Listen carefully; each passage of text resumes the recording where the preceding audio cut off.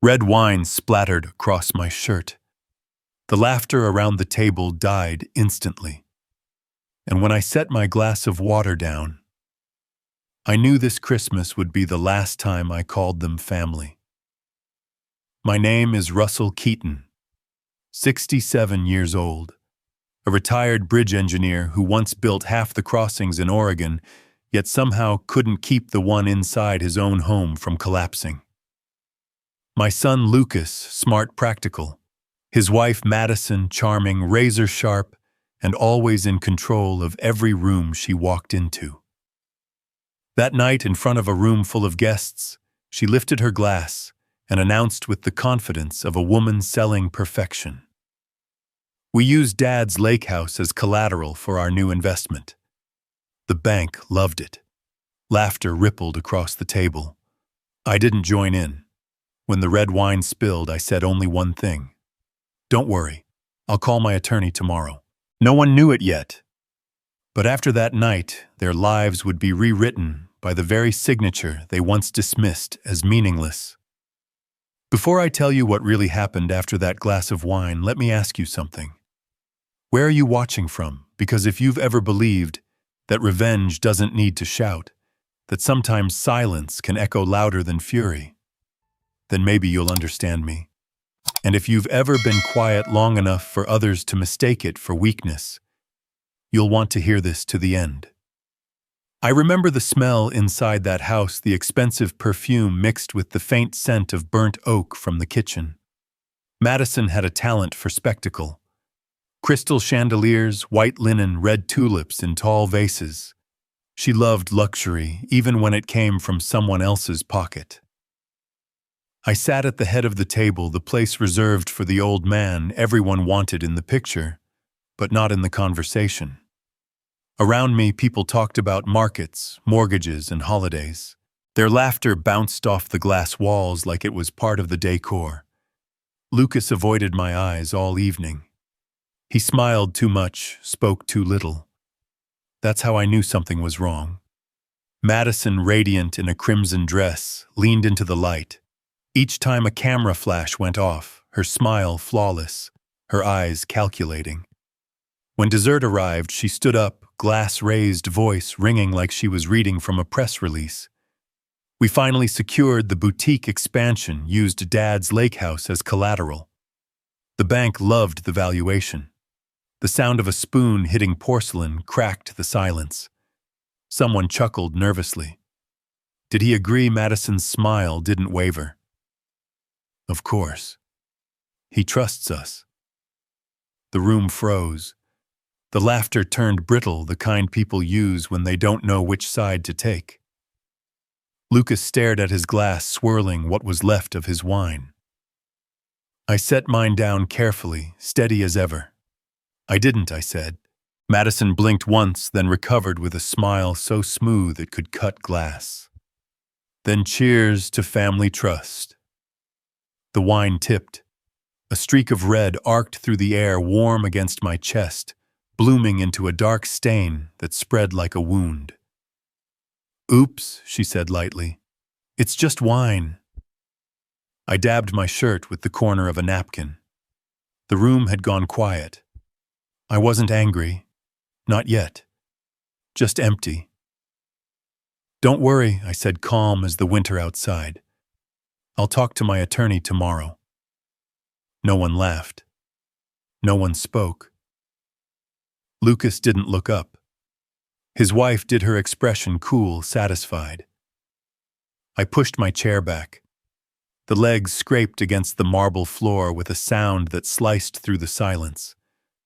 I folded the napkin, set it on the table, and looked around. No apology. No reaction. Just faces waiting for someone to change the subject. When I stepped outside, the cold hit me like truth. Snow drifted through the light, clinging to my hair, my coat the red still drying on my shirt.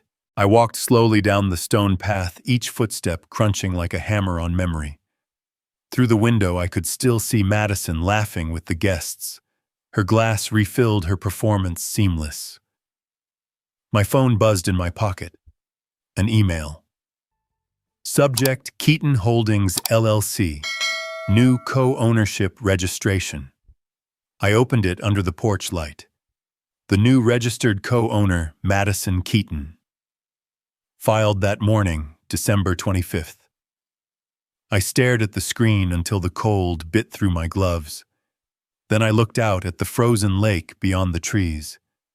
The city lights shimmered faintly on the ice, distant and unreachable. Something inside me gave way, not loudly, not violently, just the quiet fracture of a bridge collapsing under years of weight. I sat in the car for a long time watching my breath cloud the windshield. The stain on my shirt looked darker now, like dried blood. I thought of Elaine, my wife gone 7 years. She used to say bridges are built with patience, not pride. I repeated the words under my breath. When I finally turned the key, the engine rumbled low, steady, like an old promise keeping time. Snow fell harder as I drove home, headlights carving tunnels of light through the white. Each flake drifted past like a memory. Lucas on my shoulders, Elaine's laughter in the kitchen, the smell of coffee on early mornings before work. By the time I reached the lake house, the road was buried in snow. The cabin lights glowed faintly against the dark. I stepped out, the air sharp enough to bite.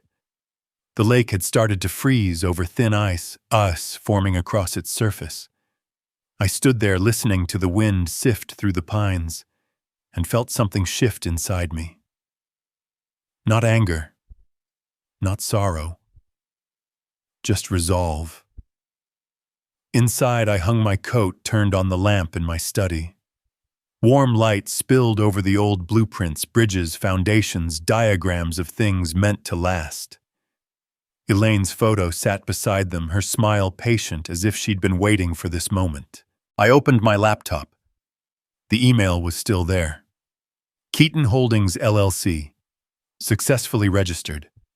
I read it one last time, then leaned back in the chair, my fingers tapping on the desk, calm and deliberate. Outside, snow thickened, wind humming against the window pane. The lake reflected faint streaks of city light through the trees. Christmas night passed in perfect silence.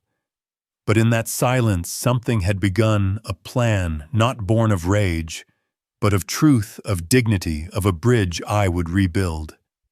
This time not for them, for me. Morning in Bend was so cold, my breath vanished before I could see it fade. The first light spilled through the window, tracing across the wooden floor, and the wall lined with old blueprints. I stood in the kitchen, pouring black coffee into a chipped porcelain mug, listening to the faint hum of the coffee maker, the heartbeat of a house that still felt alive. Outside, Crescent Lake lay under a thin sheet of ice, dull and silent, as if holding a secret only I knew. I sat by the window, placed the mug on the sill, watched steam twist and disappear into the pale morning fog. A sparrow perched on the railing, tilting its head toward me, waiting, as if curious what I would do next. I took a sip of coffee. Bitter. Strong. The taste brought me back to the mornings long ago when the air was full of the sound of saws, hammers, and Lucas's laughter echoing across the yard. It was 1995. He was 8, skinny hair sticking up in every direction, but his eyes lit up every time I handed him a hammer. That afternoon, we stood side by side in front of a pile of old pine planks. I told him we'd build a little bridge over the ditch behind the house to let the rainwater pass without washing out the lawn. He clapped, grinning, and said he wanted to name it the Elaine Bridge. Every strike of the hammer he counted out loud in that bright, boyish voice. When the final board was set in place, I put a hand on his shoulder and said, "Every bridge starts with trust." He looked up puzzled and asked, "Why trust?" I told him, because a bridge only stands when both sides believe in it. Without that, it's just wood pretending to mean something. Elaine had stood on the porch that day, a cup of tea in her hand, smiling as she sketched the scene. That painting still hangs in my study. The colors have faded, the frame a little scratched, but the three faces in it remain unchanged. Every time I look at it, I see the man I used to be, too trusting, too willing to love without question. The coffee cooled. I stood and walked into the study. The room smelled of old wood and metal filings, the scent of years spent building things that lasted longer than the hands that made them. On the desk lay the bridge plans I once sent to the State Department, the red stamps still visible. In the corner stood a small safe I hadn't opened in over a year. I knelt, turned the dial 3 times, and heard the faint click. Inside were neatly bound folders tied with leather straps. I took out the top one. The paper had yellowed at the edges, the cover stamped Mountain Vista Lodges, LLC. Investment Contract 2018. I opened it. Beneath my signature was another Elaine Keaton witness and wife. The ink was still dark, the pen stroke firm, steady, just like she had been. Running my hand over the page, I felt time compress under my fingertips. Every word in that contract was proof of my trust in Lucas and Madison. The day I signed it, Madison had held my hand and promised I would never regret it. Lucas stood beside her, smiling with the kind of honesty that fools even the wisest fathers. I thought I was giving them a chance. I realize now I gave them a bridge they only meant to cross, never to honor. The wind rose outside. Ice cracked faintly along the lake's edge. I looked out the window and heard Elaine's voice from a stormy night in 2018. She told me not to invest too much, to keep something for myself. I laughed, then said, "Lucas was my only son. What could go wrong?" She didn't argue. She just said softly, "If you give everything, there's nothing left to come back to." Now I understand. I placed the file back on the desk and pulled an old wedding photo from the drawer. Her hair full and soft, her eyes warm, and me young, certain, proud of my work, of love, of the future. I propped the photo against the contract as if asking them both to witness what came next. I opened my small notebook and began writing down every detail from the night before Madison's voice. Lucas's silence, my final words.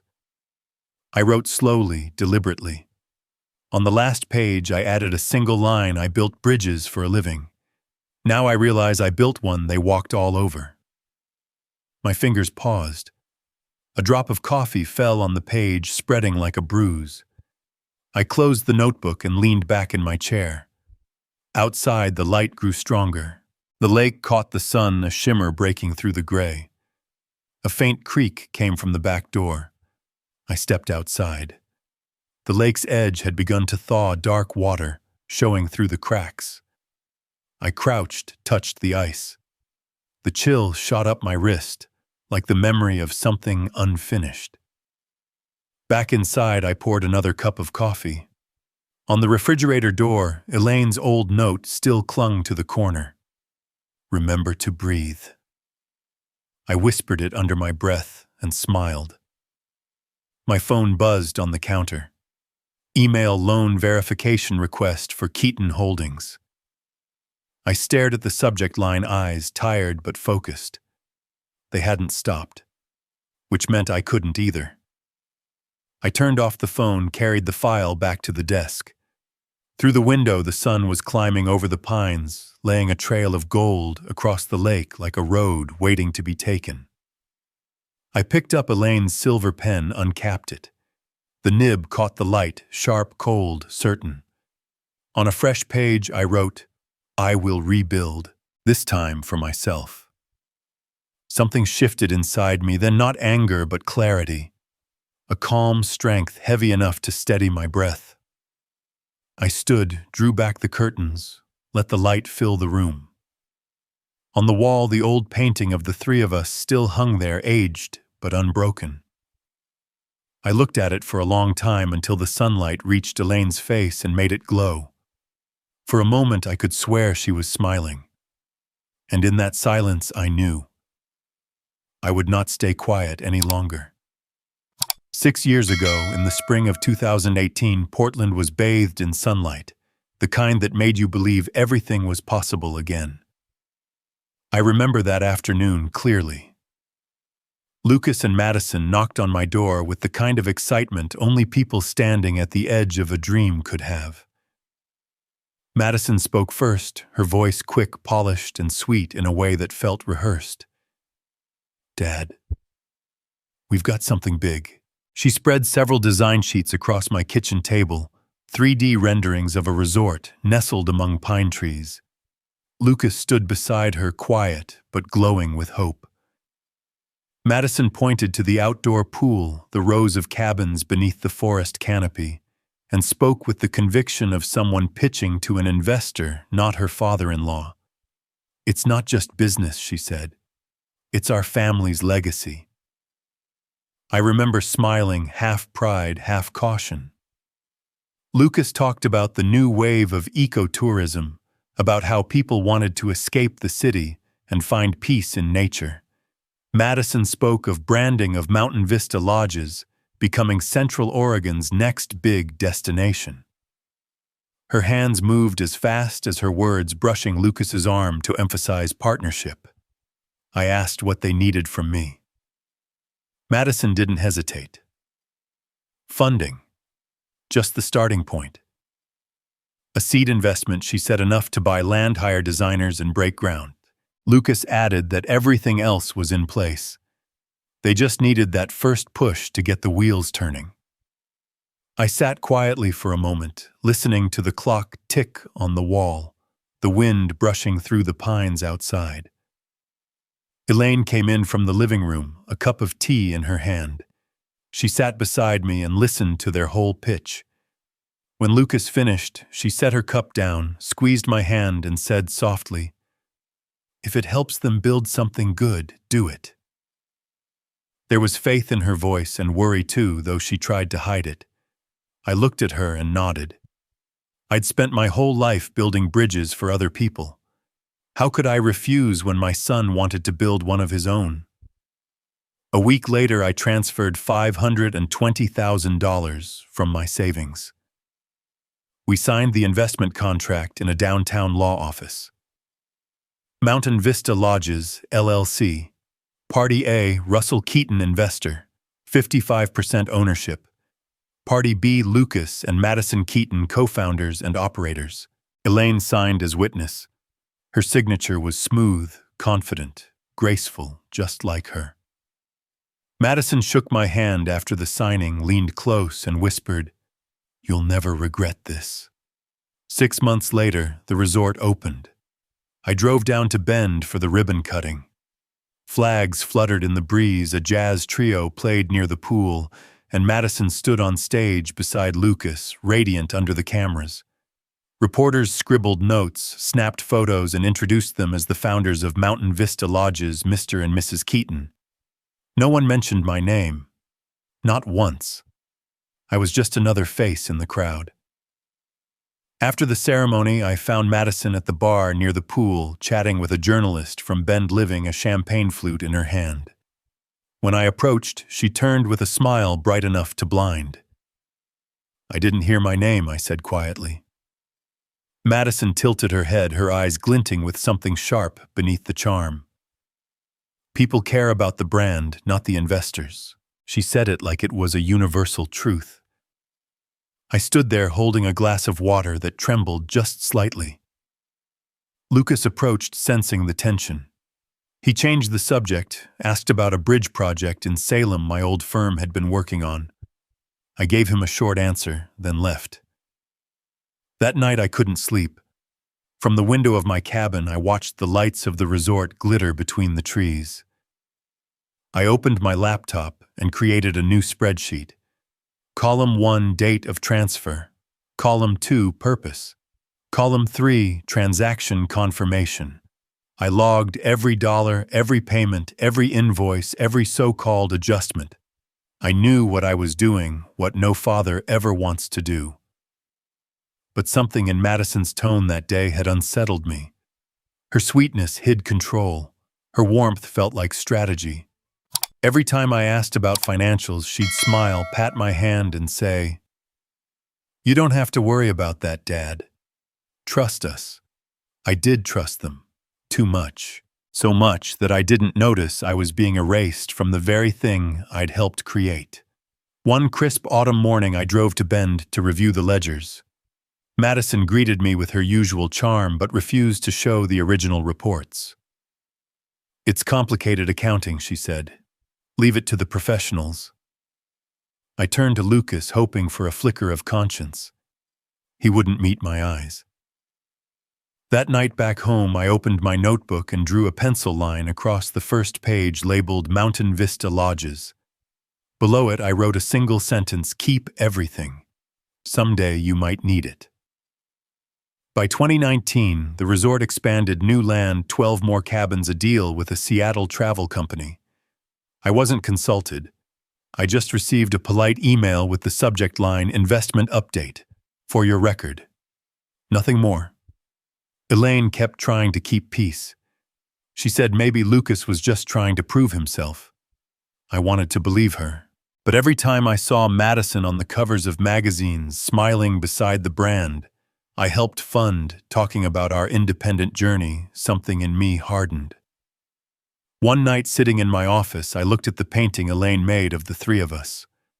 I wondered if, when she said, "If it helps them build something good," she imagined that good would belong only to them and that I'd be left standing on the far side of the bridge. I opened the spreadsheet again. Each number glowed on the screen like a stone I was laying down one by one, tracing my way back if the bridge ever fell.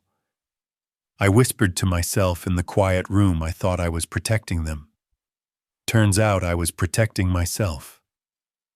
The desk lamp cast a golden circle over the paper, the ink reflecting like water. I closed the notebook and looked out the window. Rain tapped gently against the glass. Somewhere outside, the old wooden bridge Lucas and I had built in 1995 creaked under the wind. It still stood, weathered, worn, but standing, unlike the one between us. I knew from that night on I would no longer be the father who stood on the sidelines. One day, they would have to look back at the bridge they crossed and see who had kept it from falling. The first morning of January came cold and brittle. The sky over Bend was a dull blue-gray, the color of frosted glass. Wind swept across Crescent Lake, dragging thin snow from the frozen grass and hurling it against my porch.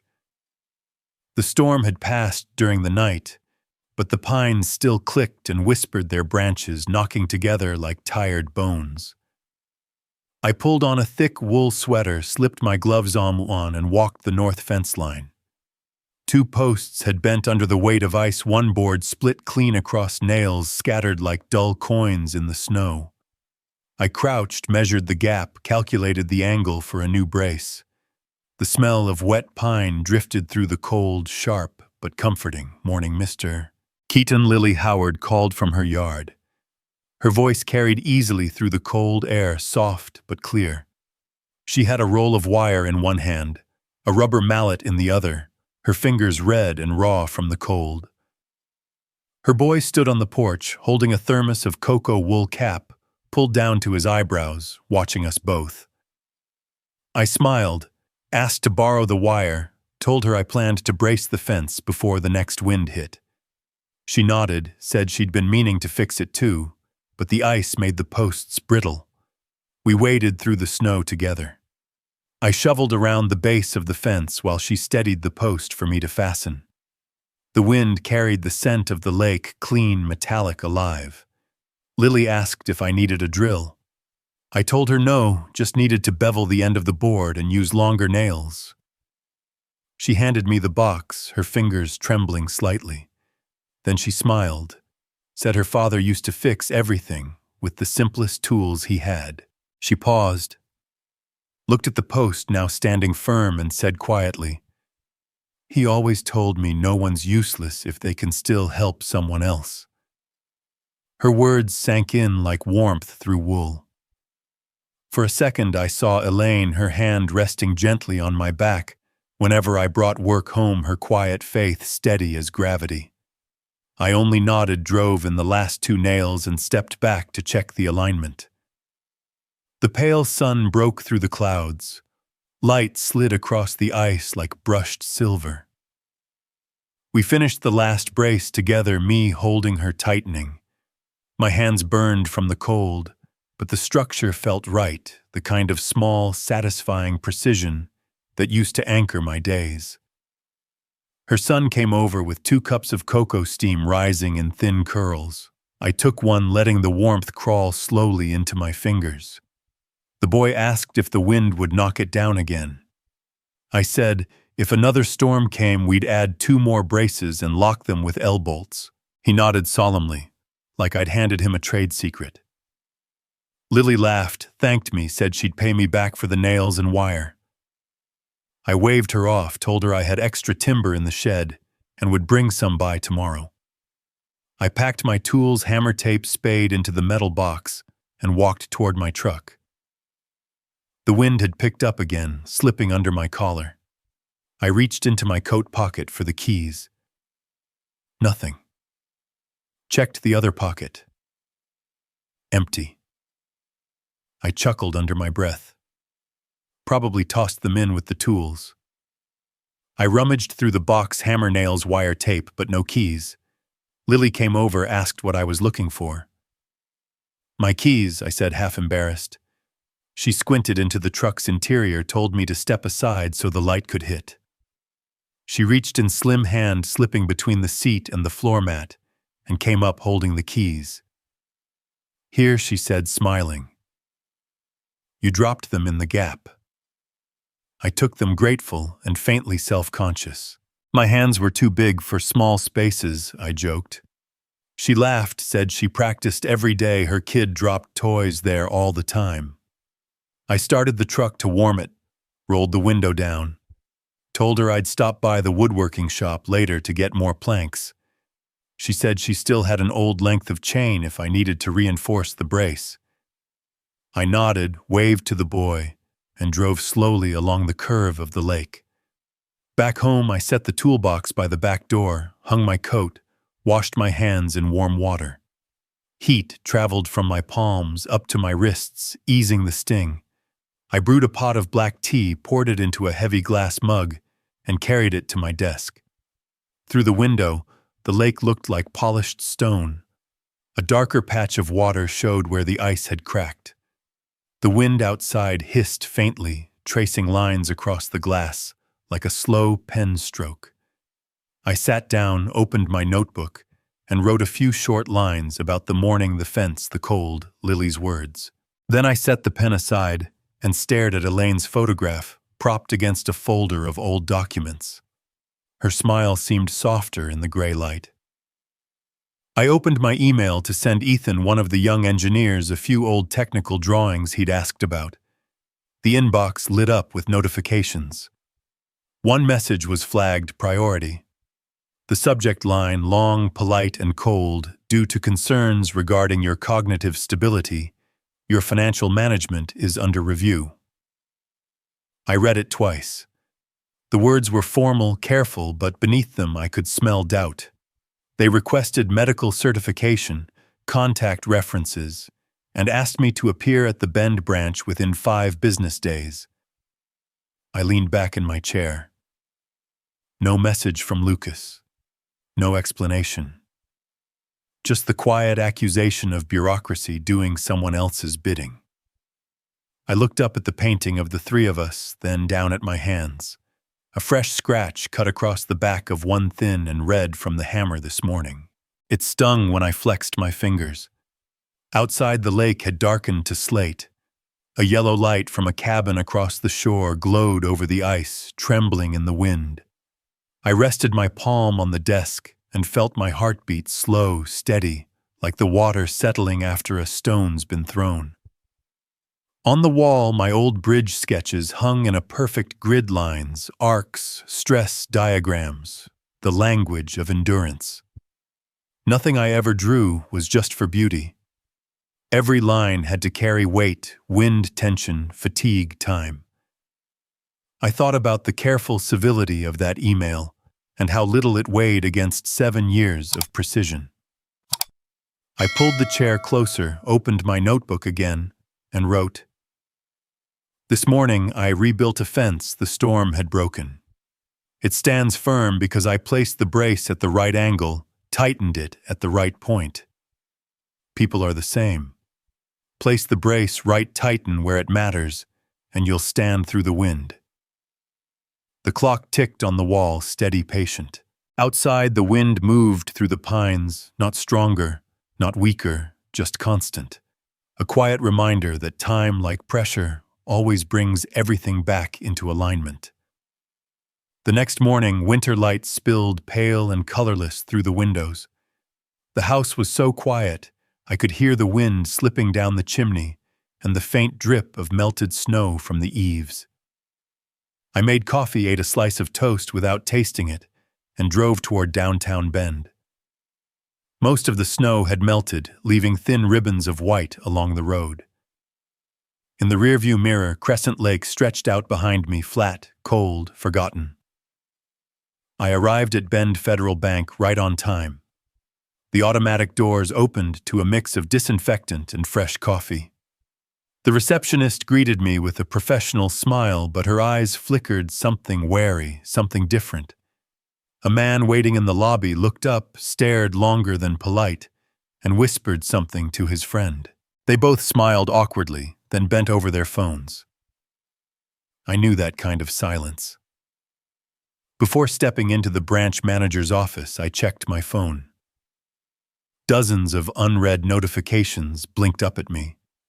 I opened one, then another, and felt a chill move down my spine.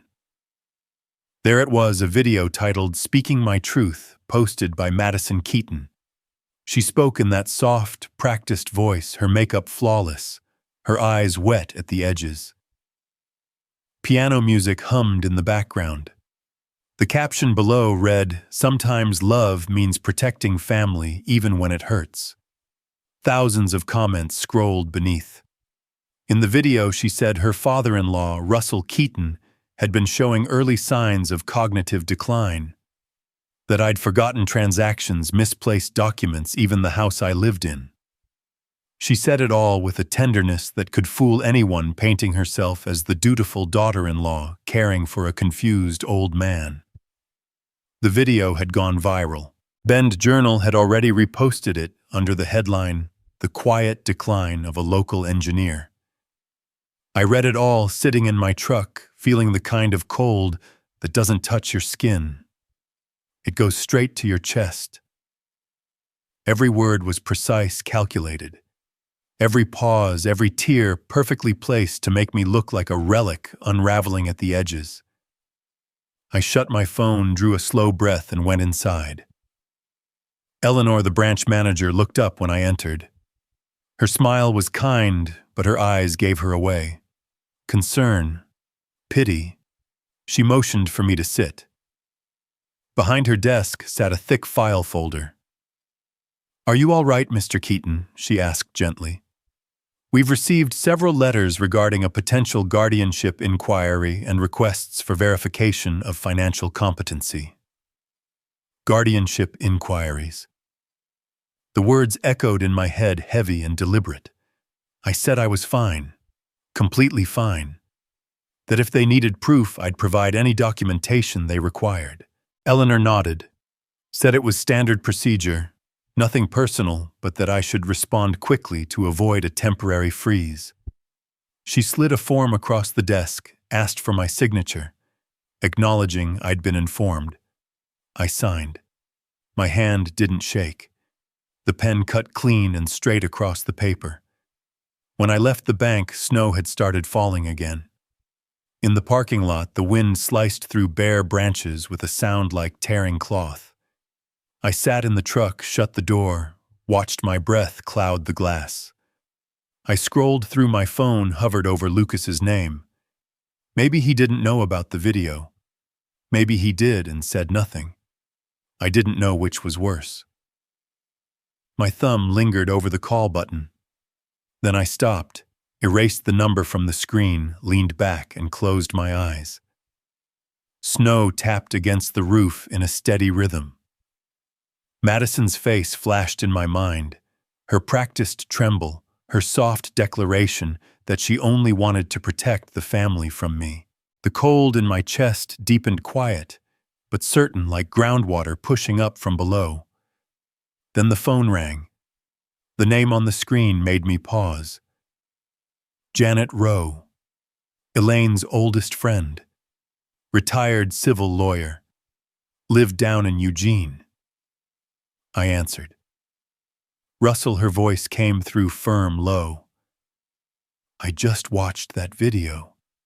You have to stop this silence of yours. I didn't speak. Only listened to the sound of her sigh, steady but tight. I know you, she said. You think silence keeps things calm. But this isn't peace, it's permission. Madison is building her own version of the story, and if you don't speak, hers will become the truth. I said quietly, I don't even know where to start. Start with the truth, she said. Every page, every number, every document you've kept. Elaine used to tell me Russell only acts when the reason is big enough. Well, this is it. I gripped the steering wheel, stared through the windshield. Snowflakes drifted past, landing, melting, vanishing. Should I sue her? I asked. Janet chuckled raspy, a sound carved by years of courtroom fatigue. Not yet. First, verify your holdings. Meet with an independent financial attorney. I'll connect you with someone in Salem. She's sharp, discreet. Let her audit everything. If they keep dragging your name through the mud after that, we'll talk next steps. I sat there, letting her words settle over the hum of the heater. The wind outside whistled against the doorframe. Russell, she said, voice softening silence only serves the loud. That line stopped me. It pulled me back to a hospital room years ago, Elaine frail but fierce, telling me that saying nothing was just another way of choosing a side. I remembered the times I'd stayed quiet when Madison removed my name from the resort's branding, when Lucas told me it was temporary. Now I was looking at the price of that silence. A truck rolled past its tires, grinding over the frozen pavement, the sound tearing through the stillness. I exhaled. I understand, I said. Janet promised to send the Salem contact by morning. Before hanging up, she added one more sentence, low, certain. Don't let them define you by the weakness they invented. The line went dead. I sat there for a long time, listening to the fading hiss of wind across the windshield. Outside, the snow had stopped. The light was thinning to silver. I started the engine, pulled out of the lot, and drove toward the lake. The clouds broke open, letting in a strip of pale sunlight. The water below shimmered faintly, cold and still. In the rearview mirror, I caught my reflection, older maybe, but clear-eyed. On the radio, a local station replayed a short interview with Madison. Her tone was calm, almost soothing, but every word glided like a blade against metal. I turned the radio off, let the silence fill the truck. But this silence felt different. Not weakness, not surrender. It was space enough for me to hear what Janet had said. Silence only serves the loud. I repeated it under my breath, word by word, until it settled inside me like a promise. Then I gripped the wheel tighter and turned back toward Crescent Lake. The house was waiting. So were the files in the safe. The numbers they thought I'd forgotten. I never forget. And tomorrow it would all begin again, not with an apology, but with the truth. Morning came thin and pale, the kind of light that makes everything look distant. A film of frost covered the window ledge as if someone had breathed cold air across the house in the night. I lit the fire, watched the flame crawl slowly up the dry wood, then walked into my study. The air still carried the faint scent of last night's black tea and the old oak of the filing cabinet. I knelt by the lowest drawer, pulled out a walnut box, the one Elaine loved most. The surface was smooth from years of handling a small chip in the corner, from the move from Eugene to Bend. I set it on the desk, sat down, took one long breath, and opened the lid. Inside lay her wedding ring, in a tiny velvet pouch, and an envelope yellowed at the edges. I touched the ring first, cool, smooth, catching a glint of desk light. Elaine's handwriting curled across the page like her voice calm and deliberate. One line stood out darker than the rest, pressed into the paper, as if she had steadied her hand before writing. If they ever make you feel small, remember you build bridges, not walls.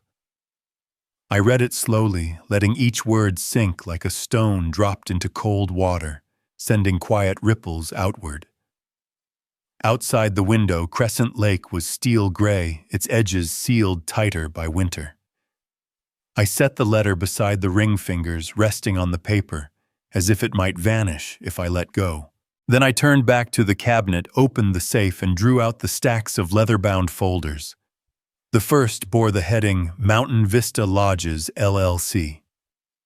Beneath it, bank statements from Bend Federal Investment withdrawals, each one a reminder of the nights I'd kept that resort alive when Lucas and Madison were running out of breath. I laid everything out across the desk, in rows and columns, the way I once mapped bridge foundations, before pouring the first concrete pier. My phone buzzed on the table. The screen lit up a social media notification. Madison again. She sat before the camera, framed in soft yellow light, white lilies behind her piano music under her voice. She spoke of compassion, of a family's love for an aging father losing his clarity. Then, with perfect timing, her voice caught. "He can't even remember our wedding gift," she said. "Poor man." The tears came exactly when they should. I turned the phone face down. The fire crackled behind me, the only protest left in the room. I pulled my chair close to the desk and opened the first statement. The lines of numbers ran like the rungs of a ladder back through time. March 2018, $520,000 withdrawn from my savings account. Then payments, architect fees, contractors, furnishings, opening gala. Every item neatly labeled, every figure exact, unflinching. I took a red pen and marked the emergency transfers the nights they'd called saying vendors were waiting or credit limits were reached. Each line was a bruise in ink. The next folder held the notarized 2018 contract, my signature blue stamp, and Elaine's name beside witness. Tilting it under the lamp, the ink caught light faintly glossy where her pen had pressed hardest. I could almost hear her cough from the old studio, her voice patient. A bridge only stands when the piers are set right and the winds accounted for. Never let anyone dismantle its beams just because they've renamed it. I reached for the silver pen on the edge of the desk. Elaine had given it to me on my 50th birthday, told me to sign every important thing with something that reminded me what I was protecting. The pen shimmered under the lamp, one small star in a quiet room. On a blank sheet, I began listing the evidence in order. 1 investment contract and ownership terms. 2 bank transfers. 3 emails from their accountant confirming temporary support. 4 invoices and contractor receipts. 5 screenshots of messages where Madison promised to restore my name as official co-founder. I numbered, underlined, clipped each group with steel fasteners. The desk looked like an engineer's drawing board, neat, symmetrical, ready for load-bearing. A gust slipped through the door frame, trembling the curtain. I rose, latched it, then turned back to the desk. My eyes caught a photo clipped from a local magazine, the resort's grand opening. 2 smiling figures stood beneath the banner Mountain Vista Lodges. I traced the glossy edge and found myself at the far corner of the frame, a blur half-shadow like a foundation buried under the earth, holding up what no one noticed. I opened my laptop, dragged the folder MVL Records to the center of the screen. Inside were dated files, receipts, and internal memos.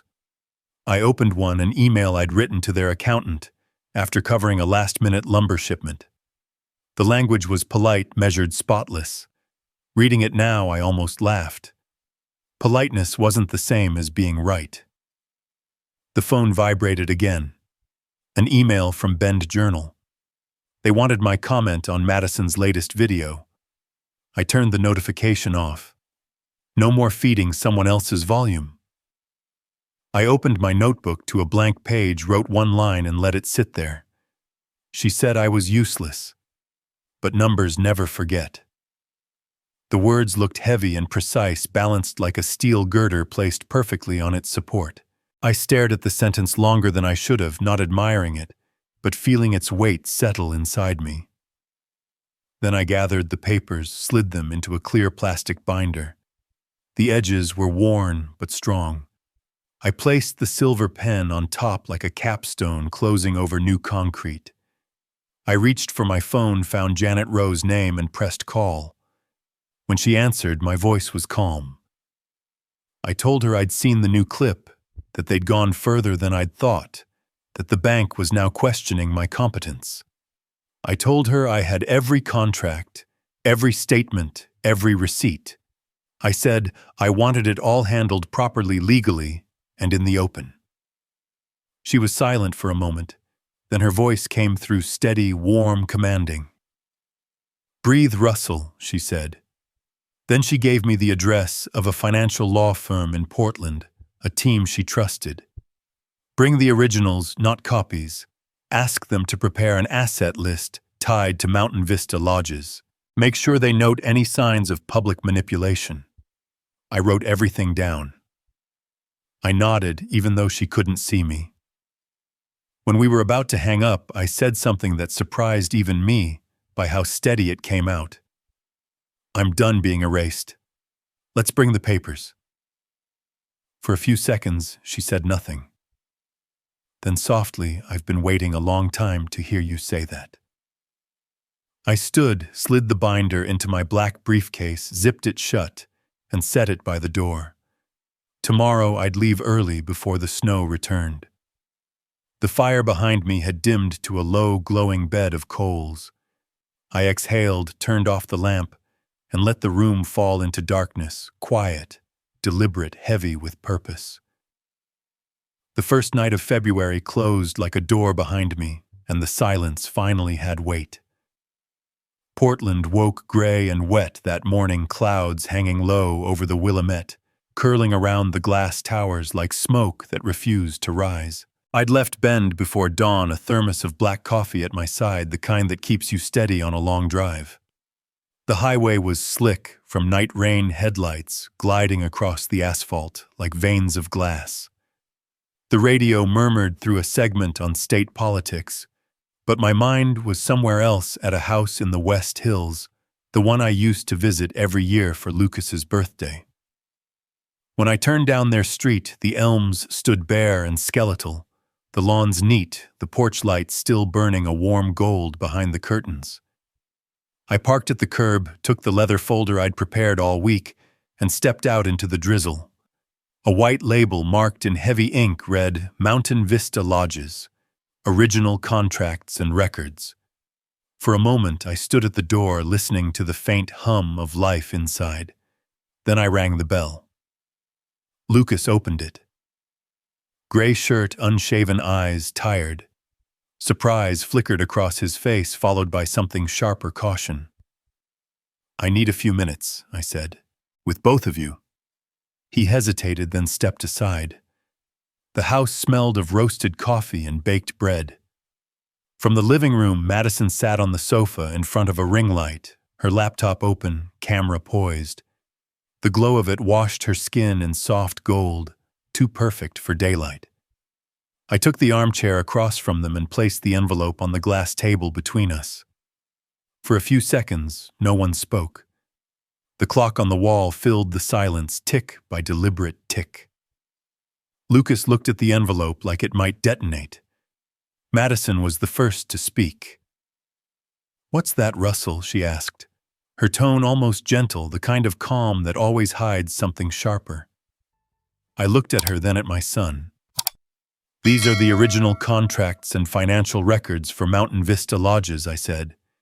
"You should read them carefully." Lucas reached for it, pulled out the first stack. His eyes moved over the page line by line until they caught on the notary seal. Madison stood crossed the room and took another sheet from his hand. She skimmed it, then smiled, thin, precise, like someone about to draw blood with words. "You think this proves something," she said quietly. "That you didn't manipulate us when we were desperate." I held her gaze.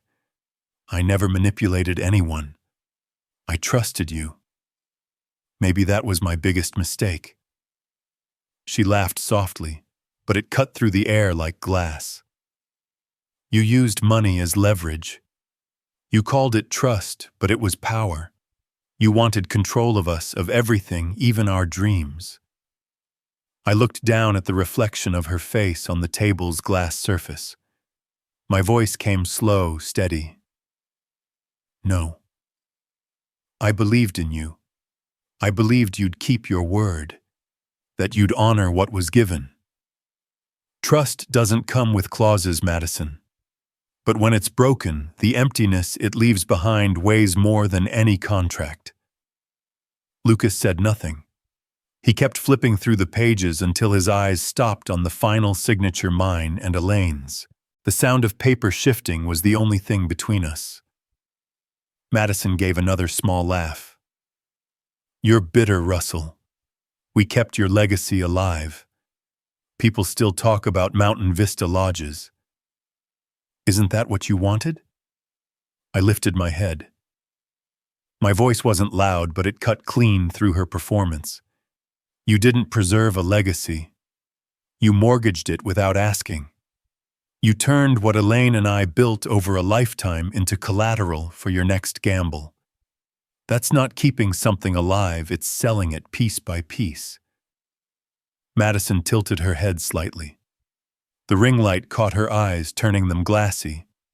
She didn't flinch. "We did what we had to do. Times change. No one will care about the paperwork of an old man who can't keep up." I opened the envelope and drew out a smaller packet, sliding it onto the table. Lucas's brow furrowed. "Dad, this is complicated." Madison was just, I raised a hand. "No. No explanations. Everything that matters is already in there. I'm not here to argue. I'm here to return the truth to where it belongs." The room was quiet except for the rain against the windows. The furniture gleamed, the air smelled of comfort, success, the illusion of control. My eyes landed on their wedding photo hanging above the mantel, two bright faces, hands intertwined. I remembered Elaine standing in the sunlight that day, whispering that every bridge needs maintenance, even the ones inside us. Now that bridge was splintered beyond repair. Madison folded her arms, met my eyes with the kind of smile that pretends to win. "You should know none of this changes anything. People believe me. Lucas believes me. You can't undo that with a stack of papers." I studied her for a long moment, then said quietly, "You're right. I can't change hearts. But some things don't need changing. They only need light." I pushed the envelope toward her. For the first time, her eyes flickered. I added, "You should open the last file." Then I turned toward the door. Behind me, Lucas said something I couldn't make out. Paper rustled. The sound of Madison's soft laugh vanished. Silence filled its place, thick, unsettled. I stopped at the threshold when I heard her voice break low and stunned. "Whose signature is this?" I didn't turn around. "Elaine's," I said. "She signed as the legal witness. The woman you both chose to forget." Outside, the Portland wind cut through my coat, cold and clean. The door closed behind me with a dull thud, the sound of steel hitting water. Raindrops spattered against the empty envelope in my hand. I slipped it into my jacket, started the car. Through the windshield, their house glowed faintly behind the fog, just a thin streak of light, trembling against the dark. I didn't look back. The rain thickened as I merged onto the freeway, the headlights slicing through it in silver lines. I thought of Elaine's signature, soft, steady, and the words she once said, "Justice doesn't need to shout. It only needs to stand in the right place." And I knew from the moment Madison saw that page, their story would never stand on solid ground again. As for me, the man they thought erased from the picture, I only had to wait for the wind to do its work. April came with rain and longer days, but none of it lightened the weight sitting on my chest. The mailman knocked at noon on a gray afternoon and handed me a thick packet bound with rubber bands. The first page bore the name Karen Whitmore, Attorney at Law, Portland. I scanned down to the middle line and saw 2 words that froze the air around me: civil complaint. The accusation said I had coerced and exerted undue influence over Lucas and Madison in the 2018 investment agreement. I stood under the porch, the smell of wet earth rising like smoke eyes fixed on my own name printed among the cold legal phrases. That afternoon, I drove to the small law office Janet had recommended, tucked on a quiet street in the Pearl District. The conference room looked out on a trellis of ivy. The table was dark walnut, the leather chairs worn smooth by years of cases like this. Janet was already there, waiting with a neat stack of files, her expression saying she had expected this storm all along. The young assistant handed me a copy of the complaint. Lucas's name sat beneath the section marked supporting affidavit. I read slowly, each line landing like the beat of a heart in an unseen operating room. He claimed I had used financial dependency to pressure them into signing, that I demanded control over every decision. His signature curved across the bottom of the page, steady, deliberate. I set the paper down. Janet spoke softly, almost kind. "The wound of a document," she said, "isn't in the words. It's in the seal at the bottom." She promised we'd fight point by point, date by date, figure by figure. I nodded, feeling my insides harden like curing concrete, hollow but solid. The lawyers began listing what they needed: payment timelines, transaction histories, every traceable email. I provided everything: bank statements, certified letters, receipts I thought I'd never need again. On the drive back to Bend, rain hammered the windshield until the lake blurred into slate. I stopped at a gas station outside the city to breathe. Inside the small coffee kiosk, a TV played an interview. Madison sat upright, voice calm, eyes bright under studio light. She spoke about the burden of caring for aging parents, about the difficult choices families must make when a loved one's mind begins to slip.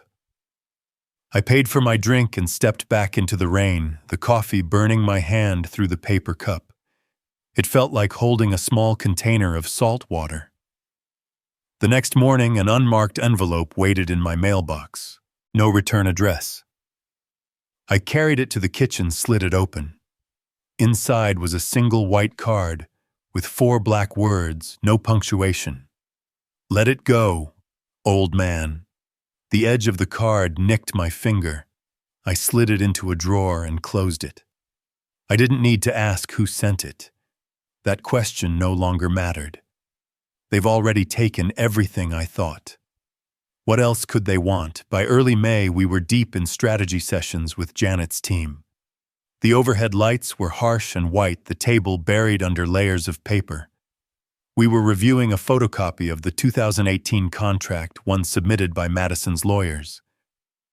When the young associate placed their version on my original, Janet pulled her chair close, leaning down until her hair brushed the edge of the paper. The overhead light hit at an angle that revealed every grain of ink. She called me over to look at the notary stamp. On my original, the date was clear, matching the official registry we'd already confirmed. On their copy, the date was faded, the number 2 slightly warped, and a faint crease ran through the corner. Janet said nothing at first. Then, in a low, even voice, she told the associate to check the notary's office schedule for that exact day. The assistant typed, quickly scrolled, then stopped, eyes widening. That day, she said the office was closed. It was a public holiday. Janet didn't look up. She placed 2 fingers on the edge of the document, like an engineer marking where a beam would land. They forged the wrong date, she said. They faked the wrong date. The room shifted, no shouting, just a change in gravity. A structure shows its weakness, not through noise, but through vibration before the crack. I stared at the 2 pages side by side, a thin strip of light dividing their worlds, one made of truth, one of design. I thought of Lucas as a boy, how he'd avoid my eyes every time he told a small lie. How he used to run barefoot through summer grass, laugh until he fell, wrap his arms around my neck to watch fireworks on the riverbank. And I thought of his face, now tired, conflicted, standing between Madison and me, like a bridge straining at both ends. The anger in me didn't flare. It solidified, quiet and cold as steel. Janet instructed the team to file an emergency motion requesting the court compel production of all original documents from the opposing side, along with the notary's work logs. She made a note to call an old colleague in Deschutes County for early verification. I watched her write her pen, moving fast, precise, like a builder driving bolts into a girder. When I got home, I hung my coat, set the briefcase on the table, and lit the fireplace. The scent of pine resin filled the air, soft and sweet against the wood-paneled walls. I opened the case again, pulled out the original contract, and let my hand rest on the raised seal like touching a cornerstone that refuses to move. I sat down and thought about all the times I'd been called useless, outdated, slow. I remembered Elaine's line from her letter, "Build bridges, not walls." I realized I had done both, built bridges for others to cross, and now at last a wall strong enough to stop the flood of lies. My phone buzzed. A message from Janet. "Tomorrow, the court receives our supplemental filing. The checklist's complete." I texted back one word. "Ready." Then I turned off the living room light, leaving only the desk lamp burning in the study. I aligned the folders, straightened the edges, placed the silver pen on top. The lamplight shimmered across the documents like a beam of steel held steady in midair. I touched the pen's cold tip, familiar and grounding. The phone rang. Janet again, her voice low and calm through the speaker.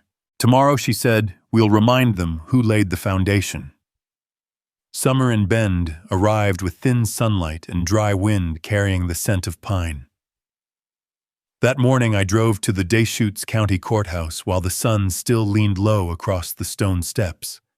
The building gleamed pale against the sky, tall columns casting long shadows across the sidewalk.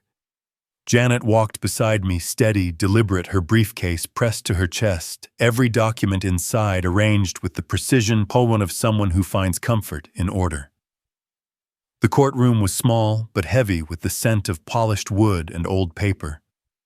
Across the aisle, Madison sat immaculate in a tailored suit, hair smooth, eyes lined dark enough for the camera stationed behind the benches.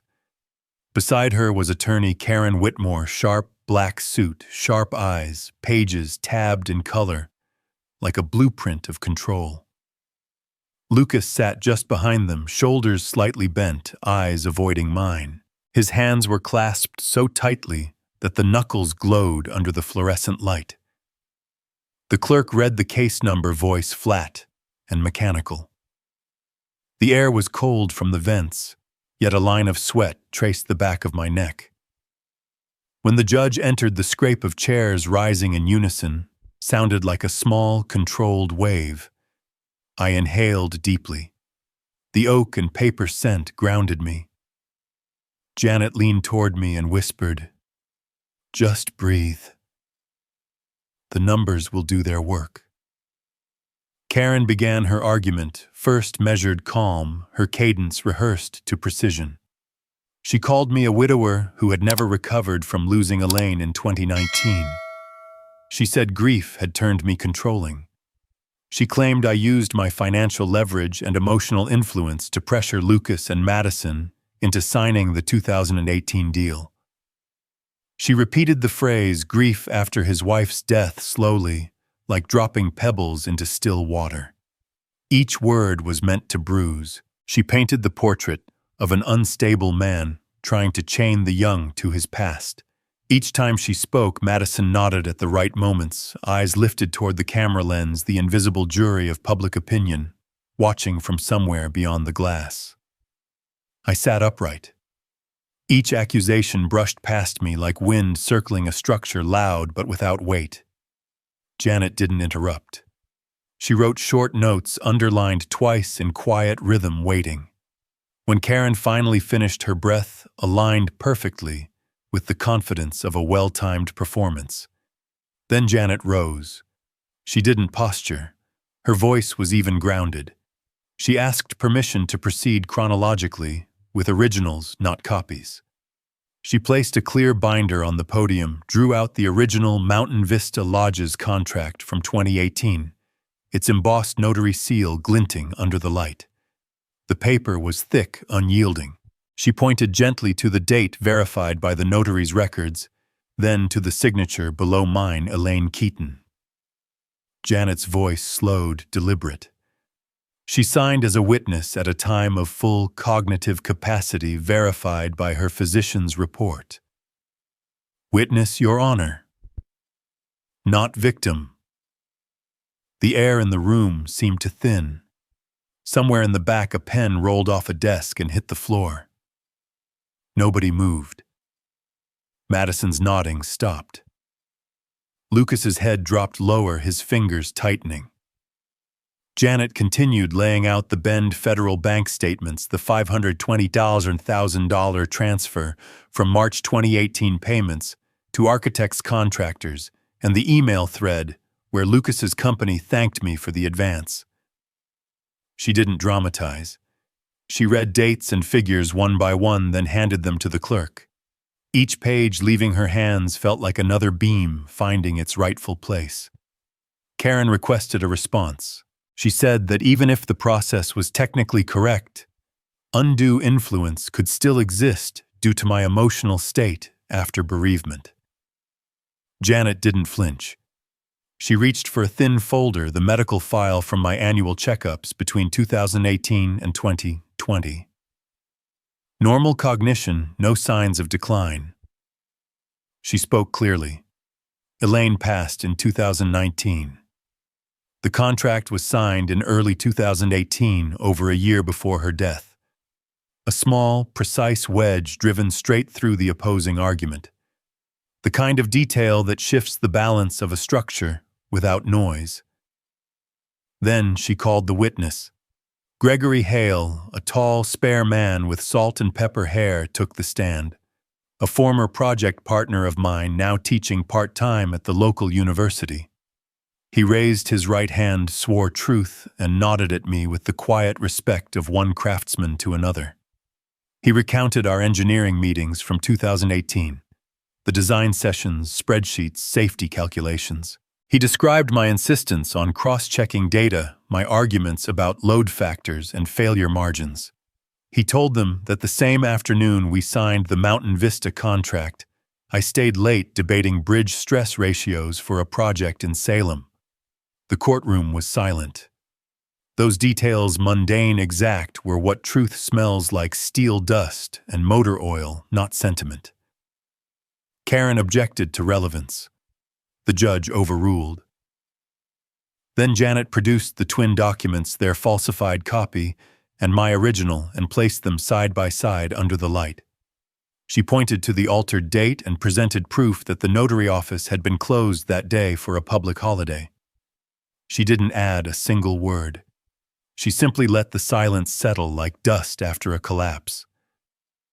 For a long moment, seconds, stretched thin, no one spoke. Madison sat rigid, the corners of her mouth trembling. Lucas finally looked up, meeting my eyes. For the briefest instant, I saw not fear, but shame, thin and quivering like a crack running down a bridge pier. I didn't hate him. What I felt was closer to sorrow, a weary understanding that sometimes what breaks a structure isn't malice but the weight of what it tries to carry. The judge asked if either side had anything further. Karen leaned toward Madison, whispered, then shook her head. Janet replied simply, "The record stands complete." The judge read quietly, tapping her pen on the edge of the file. The rhythm was steady, like the old habit I had of tapping girders to hear their resonance. When she looked up, every person in the room tilted slightly toward her bench. Her voice was calm, resolute. "The evidence is unshakable. Motion to dismiss is granted." A breath escaped somewhere behind me, brief, extinguished like a match. Madison didn't move. Karen began collecting her papers, gestures a little sharper than before. Lucas kept his eyes on the floor. Janet rested her hand lightly on my arm. Not gripping, just grounding. And for the first time in months, my shoulders dropped. It felt like standing beneath a bridge after a stress test, hearing the vibrations fade back into silence. The clerk's closing notes rustled like waves smoothing sand. I walked toward the doors. In the hallway, July sunlight poured through high windows, casting perfect rectangles of gold across the floor. I stepped through them, feeling the warmth rise through my shoes, proof that I was still standing on solid ground. Janet walked beside me, quiet. We didn't need words. At the courthouse steps, the wind carried the scent of dry grass and water from the park's sprinklers. A bird crossed the sky, its shadow sliding across the white facade, a single clean line moving forward. News travels faster than any wind that's ever swept through Bend. On an early August morning, I was clearing the front garden when Lily walked over with the paper. On the front page, Madison's face. Perfect makeup eyes, rimmed red but stripped of that usual confidence. The headline in bold, "Influencer accused of falsifying court documents." I looked at the words, then at the lake beyond the porch, where the gray sky rippled across the surface. The water shimmered as if it understood something no one else did. That night in my study, the glow of the laptop lit Elaine's old portrait on the wall. Madison was live, hundreds of thousands watching. She spoke about betrayal, about being the one who saved the family legacy from an older man who needed control. Her voice trembled, tears perfect in their timing. I muted the sound halfway through. I didn't need to hear the rest, I already knew the script. But the audience didn't. The comments began to shift. People asked about the ruling, the evidence, the documents. Someone posted the court's decision. Then the tide turned fast, sharp, merciless. By morning, the internet had devoured her. Financial networks, gossip sites, lifestyle blogs, every outlet ran the story. Major brands. Cut ties with Keaton lifestyle. One furniture company released a statement, "We cannot collaborate with individuals who falsify legal records." I read in silence. Each sentence felt like a nail hitting the floor of a collapsing house. There were no apologies, no perfect images left to post. 3 days later, an internal email from Madison's agency leaked online. They were terminating her contract, effective immediately. She was prohibited from using the name Keaton Lifestyle for any commercial purpose. I didn't feel satisfaction, only a hollow stillness. When you build a life out of reflections, it takes just one real crack to shatter the entire mirror. A week passed before Janet called. Her voice was steady but tired, the kind of calm that comes after long hours of quiet victory. She said the court had received Madison's petition to sell her Mountain Vista Lodge's shares, but the request was frozen pending the civil claim and the ownership hold. I thanked her and hung up. The lake outside was gold with late sun. The air was still. I don't know when Madison decided to come. Maybe after the 10th headline. Maybe after the bank froze her accounts. But I remember the day clearly. I was wiping down my desk when I heard a car stop at the gate. The door opened slow and uncertain. Heels clicked against the stone path. Madison stood at the porch, coat drawn tight, hair tied back hastily, her face pale, stripped of the glamour she once wore like armor. In the fading light, she looked smaller than I'd ever seen her. I opened the door. We said nothing. Her hand clutched an old leather bag, the one I gave her for her first birthday as a Keaton. The corners were frayed, the zipper loose, the leather worn soft from years of pretending to be whole. She stepped inside. Her eyes drifted to the framed family photo by the fireplace. We sat at the table. The only sound was the slow tick of the clock and our own breathing. She spoke first, her voice low, rough. I've lost everything. The brands dropped me. The agency's done. The accounts are frozen. I just want to sell my shares. Pay my debts. I don't need anything else. She lifted her eyes, dark, hollow, fragile. Please, she said, release the ownership. I have nothing left. I looked at her for a long time. Long enough to remember the dinners where she laughed at my old-fashioned ways. The night she threw wine on my shirt. The way her laughter cut the air like glass. I didn't answer right away. I poured her a glass of water and slid it across the table.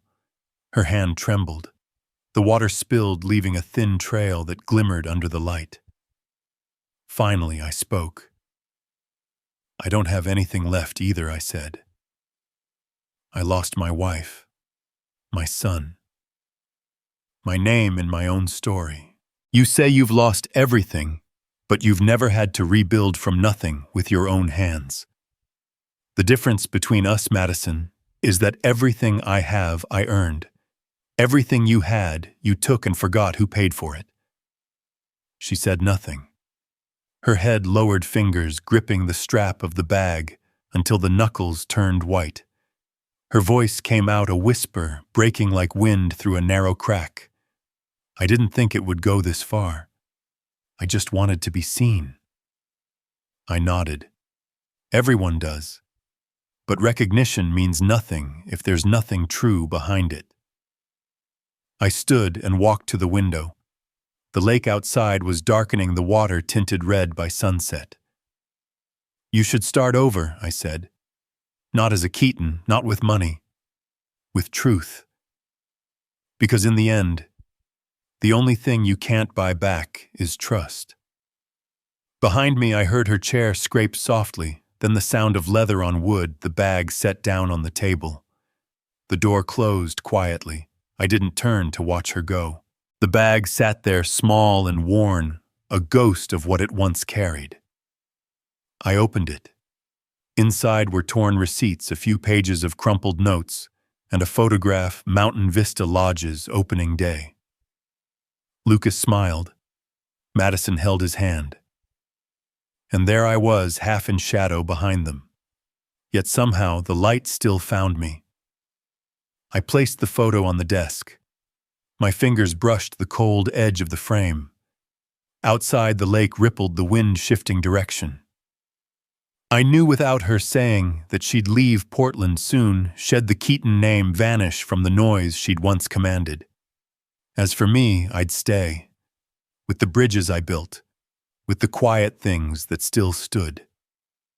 They didn't need to be seen. They only needed to hold. I turned off the lamp, letting the last light of day spill into the dark corners of the house. On the table, the leather bag lay still silent, like proof of everything that had come and gone. And I understood then, some reckonings don't arrive through verdicts. They come when a person is finally left alone with the hollow space they tried so hard to fill. September mornings in Bend come cold and thin, the air silvered with mist floating above Crescent Lake. I woke earlier than usual, brewed coffee, and cracked open the window. The first light of day spilled gold over the distant pine ridge. A knock came at the door just as I was reaching for my jacket. It was the mailman holding a large envelope stamped with the logo of Lawson & Partners Construction. Inside was an invitation, an official letter from the Deschutes County Council, announcing the groundbreaking ceremony for a new bridge. The design, it said, was based on my old blueprints from 10 years ago. At the bottom in blue ink, a handwritten line read, "Hope you can come. We still remember who laid the first stone. Ethan Lawson." Ethan had once been a young engineer under me back when I ran Keaton Infrastructure. He was sharp, restless, always carrying a notebook in his breast pocket. I smiled and set the letter on my desk beside Elaine's silver pen. After years of silence, that letter felt like a small voice calling me back into the world. The ceremony took place on the outskirts of Bend, where the Deschutes River curled through the rock hills. The sky was a clean, deep blue. Flags fluttered in a mild wind. They'd built a small stage. A few reporters stood to the side, technicians checking microphones. I arrived as the crowd was gathering. Ethan spotted me first. His smile was wide, the same as it had been when he was a kid, tracing my sketches in the drafting room. He shook my hand, firm and warm. "You remember this, sir, the quiet arc, your 2015 design?" I nodded. That project had been shelved when the funding fell through. He told me they'd found the old files, updated the specs, but kept the foundation and load geometry exactly as I'd written them. Then he said something that landed quietly, but stayed with me. "You didn't just build bridges, sir. You built a way of seeing." I said nothing, just looked toward the bend in the river where the new bridge would rise. The water was slow-silvered by sunlight. Ethan handed me a clean print of the design, asking if I'd sign as the honorary architect. I pulled Elaine's silver pen from my jacket. The metal was cold in my hand. When I pressed it to the page, the ink spread smooth, the stroke soft but certain. I held the pen for a few seconds longer, long enough to feel her beside me. When I gave the drawing back, Ethan's eyes had that quiet shine of someone who'd waited a long time to say one thing. "You built more than bridges, Mr. Keaton," he said. "You built trust in what lasts." Applause rippled from the engineers behind us. Camera shutters clicked. A reporter stepped closer, young composed voice bright through the noise.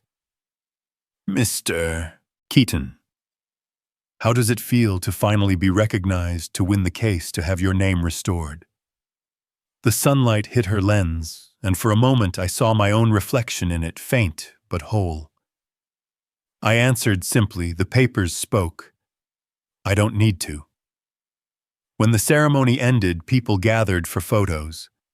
Ethan placed a hard hat on my head, half joking, half serious. "No one deserves the center spot more than you, sir." I smiled, standing on the temporary wooden deck. The wind touched my face. The river whispered below. And for a heartbeat, I saw Elaine, not a vision, not a ghost, just the memory of her in the light, her eyes turned toward the river, peaceful, as if everything heavy had already settled. By the time I left, the sun was high. Driving down the hill toward the highway, the radio played a short, local segment. The announcer read from an article in Oregon Weekly, "The Man Who Built Bridges." I caught the last line before static overtook it. Not only bridges, but perhaps the people who once crossed them are finding their way back. I didn't need to ask who wrote it, but I knew Lucas had read it. And somewhere on some long road toward Bend, he was driving home. That afternoon, when I returned, a small envelope sat in the mailbox. No postmark. Inside was the same article, neatly clipped, the photo of me beside Ethan, the bold headline. Below it, in blue ink, a single line. Dad, I'm sorry I didn't understand sooner. L. I stood still for a long while, reading and rereading the sentence, afraid that if I blinked, it might disappear. I set the letter on the table beside the worn leather bag Madison had left behind. A breeze slipped through the window, lifting the corner of the page like a quiet breath. Outside, the lake mirrored the sky, clear and open. From far off, I heard the low hum of an engine growing nearer, then cutting off at the gate. I opened the door. The evening light poured in warm, golden thick as honey, and there at the edge of the path stood a familiar figure holding an old hat in his hand. Lucas didn't speak. Neither did I. Between us, there was nothing left to explain. Only the quiet bridge being built again, not over a river, but between two people who finally remembered how to meet halfway. October arrived with gold leaves and air so clear, it felt like glass freshly wiped. That morning I signed the final papers to sell my shares in Mountain Vista Lodges. The steps outside the notary office in downtown Bend still carried the scent of last night's rain. I lingered on the sidewalk, watching the distant ridges of the Cascades fade in and out of mist. There was no grief left in me, only the lightness of a man setting down a beam he'd carried too far. A week later, I drove north to the small cedar boat workshop. The smell of resin and sun-warmed wood filled the air. The old craftsman greeted me with a nod, the kind that passes between men who have worked with their hands all their lives. He lifted the canvas tarp to reveal a small wooden boat, dark-grained hull, low seat, and a keel that curved smooth as a well-drawn line. I placed a deposit on the spot. When he asked what name I wanted painted on it, I spoke slowly, letting the words settle in my own ears. Elaine's Promise. By mid-November, the boat was ready. We brought it to Crescent Lake on a dry, windless afternoon. The water was deep blue. The grass along the banks had turned yellow. Lily came with her little boy carrying a can of white paint and a new brush. We taped off the bow and I painted each letter by hand. My fingers trembled and Lily steadied them when the strokes began to curve. Her son dabbed at the dripping edges, whispering the name like a spell. When the last letter dried, sunlight hit the fresh paint, throwing a pale shimmer across the lake. That evening, I pushed the boat into the water. The hull touched the surface with a sound like a quiet greeting. I climbed in, dipped the oar once, and let it drift from shore. From the middle of the lake, the house looked smaller, the new fence straight, the pines casting long shadows. From my satchel, I pulled a single envelope. Inside was the duplicate contract, the document that had carried me through months of battle. It had been shield bridge weapon-proof. On shore, Lily stood with her son, one hand shading her eyes. Then I heard another car on the gravel drive. A tall, lean figure stepped out holding an old hat. Lucas spoke softly to Lily. She smiled, pointed toward the lake. "He's out there," she said. I steadied the boat, looked down at the paper. The seals, the signatures, the dates, all the words that once spoke for me had already done their work. They could rest now. I tilted my hand. The page slid off the edge and touched the water. Ripples spread outward, faint and perfect. The paper soaked, darkened, and slowly sank. Paper sinks. Bridges stand. For a long while I sat still, the oar tapping lightly against the side. In my pocket was Elaine's letter, the one I had carried with me since morning. The paper was soft with age. Her handwriting leaned like breath across the page. "You build bridges, not walls." I folded it, laid it across my knee, and let the last sunlight dry what was left of my thoughts. Footsteps rustled on the grass. I looked up. Lucas stood at the edge of the water, still the old hat clutched in his hand like a lifeline. He looked at the boat, at me, at the painted name across the bow. I turned the oar once, angling the boat toward him. No words were needed. I lifted Elaine's letter slightly, as if to remind myself and him of what still mattered. I had lost more than they would ever know, and somehow gained more than I deserved. I had let go of every paper once it had served its purpose. What I kept were the things that couldn't burn or tear or bend. That was her gift to me. I rowed in closer. Lucas stepped into the shallows, gripping the bow like a man pulling a branch from floodwater. We held the boat steady together. His voice came rough, low, like sand against wood. I read it. I understand now why you stayed silent so long. I nodded. Silence always costs something, I said quietly. Today we pay it differently. Not with anger, but with work. If you want to rebuild, start where you stand. We dragged the boat onto the sand. Lily's son ran over, asking if he could touch the letters. I nodded. His small fingers pressed against the E, leaving a faint print, his own signature on what would last. Lily watched us, her gaze shifting from Lucas to me, then out to the water. Ripples touched one another, collided, vanished like the circles spreading from where I'd dropped the page. The sun sank behind the pines, the light melting into honey. It poured over the bow, the fence, the roofline. I stored the boat in the shed, set Elaine's letter and the silver pen on my desk. The pen caught the sunset, glinting like a small landmark at the end of a long map. On the wall, our family portrait, the three of us standing on the old wooden bridge, remained still. I brushed my fingers along its frame. The wood was warm. Outside, Lily called her boy in for dinner. His footsteps clattered down the path like pebbles rolling home. I stepped out onto the porch. Lucas stood in the yard, hat in hand, watching the sky change colors. He turned, opened his mouth as if to speak, then stopped. I nodded. That was enough. The road back never needs many signs. We find it by the feel beneath our feet. Night came quickly over Crescent Lake. I lit the lamp in my study. On the desk, Elaine's letter rested beside the silver pen, two old companions that had already said everything they needed to. I sat down, wrote a single line in my notebook, then closed it. Tomorrow I'll take the boat farther out to deeper water, where the ducks dive and bubbles rise like punctuation on an endless page. If this story reminded you that peace can sometimes be the loudest form of justice, share it. Someone out there might need to hear that strength doesn't always roar. Sometimes it's the silence that holds.